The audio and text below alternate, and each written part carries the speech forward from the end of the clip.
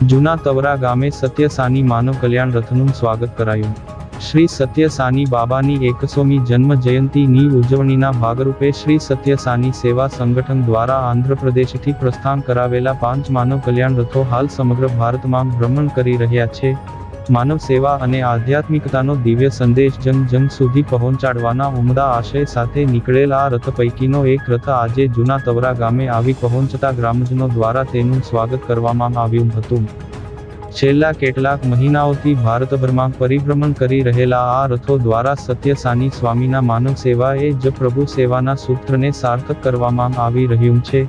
જૂના તવરા ખાતે રથના આગમન ટાણે મોટી સંખ્યામાં ભાઈ બહેનો અને શ્રદ્ધાળુઓ ઉમટી પડ્યા હતા અને દર્શન તેમજ સત્સંગનો લાભ લઈ ધન્યતા અનુભવી હતી।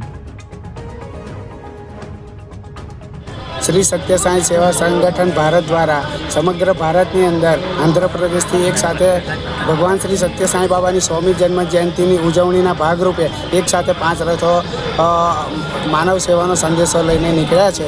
આધ્યાત્મિકતાનો સંદેશો અને માનવ સેવાનો પ્રચાર માટે આ રથો કરી રહ્યા છે અને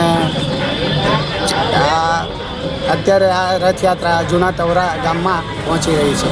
સાહેબ।